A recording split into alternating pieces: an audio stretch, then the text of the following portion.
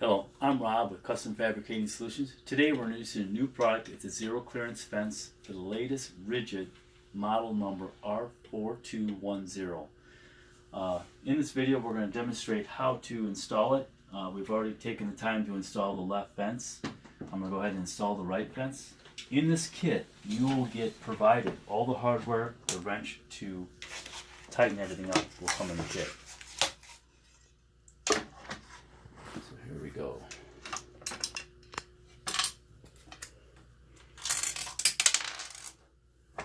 There'll be a link in the description below for this product.